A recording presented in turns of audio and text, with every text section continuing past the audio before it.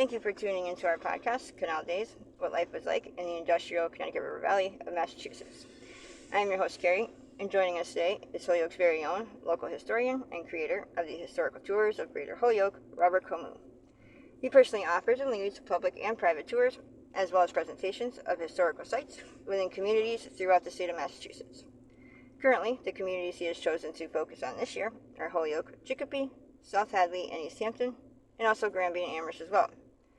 This tour spotlights the local canals, reservoirs, cemeteries, and churches, as well as various parks, streets, and selected historical houses within each community. In today's episode, we'll be discussing the Bethel African Methodist Episcopal Church, located in Springfield, Massachusetts. So where in Springfield is this church located? It's at 27 Pendleton Street. It's behind the Third Baptist Church of Springfield. It's next to the Barrows Park, Barrows, Pendleton Street. Thus, you have two churches right at the top of the street. And another park way down the street, down at Blake Park. So you have two parks and a lot of nice houses in between. So it's a very active street. Now today we're going to talk about the tower, which is strange because you have a tower right outside a building and not connected to it directly. And we're going to talk about the history of that church and then what the church is doing for itself nowadays. All right, so this is a nice place to visit, and there's so much in one packed area, basically on Pendleton Street, those two churches and two parks, that you can almost just walk down and that'll be your activity for a couple hours and learn about the whole area itself. And I invite you to do so. And what is within the tower? Okay, the tower itself. Why are you building this tower? Well, you're trying to make an old nursery school look like a church. So the Springfield Day Nursery was made in 1917. Now, that's not when the church came in here. There was a day nursery. But when the church did come to this area and buy out that day nursery in 1938, they wanted to make it look like a church. How do you make a day nursery look like a church? Well, you build a bell tower next to it. And they did just that. But the nursery was with a brick facade, and the steeple, or the bell tower, is with a white wood-clad paneling. And so they have a stark difference between the two. And even their portals or doorways are different looking, their fenestrations different looking. So you may think they clash, but somehow they seem to fit together pretty well. Now the tower was added in 1939. Now this is not when the church was actually made. The church, as a congregation of people, came together probably in the 1880s and maybe even the 1870s, when a lot of African denomination churches started forming in the northern states, after the Civil War, of course. And so this is one of those. And then it grew and it came here because it was growing larger. The day nursery came up for sale and they were able to come in here. It has a big back area to it. Maybe a former rectory is in the very back of it on another street. And the star of the show, I would say, though, is that tower with its beautiful bright red door to it. And really quick, before we continue with the rest of our interview, just to fill our listeners in, to find out more information or sign up for any of his various tours, you can check out his website at holyokecanaltour.org.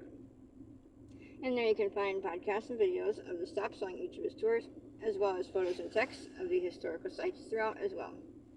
And for other inquiries or to sign up for private tours, you can email him directly at bobcat4214@yahoo.com.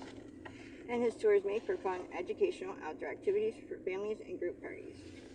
So getting back to our interview, what is the history of the church?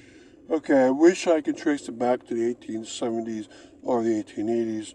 At this point, I cannot do that. But I do know that, remember what it is. It's an African Methodist Episcopal Church called the Bethel of that name. A Methodist Episcopal Church is a church that is mostly Episcopal, which is the form of religion that came from Britain. The Methodist Episcopal denomination formed in Maryland, and when it formed, it wanted to keep a method to the Episcopal religion, and that's what they formed around. Now, African in front of that means that it was Black Americans that formed this particular church. And then you put the word Bethel in front of that, and then you get its whole complete name.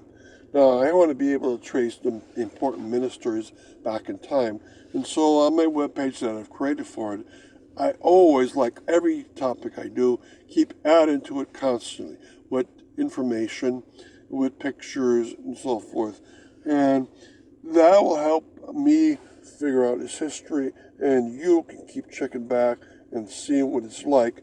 Even I want to get a sense of what the Springfield Day Nursery was doing here in 1917. That's very early on for a day nursery.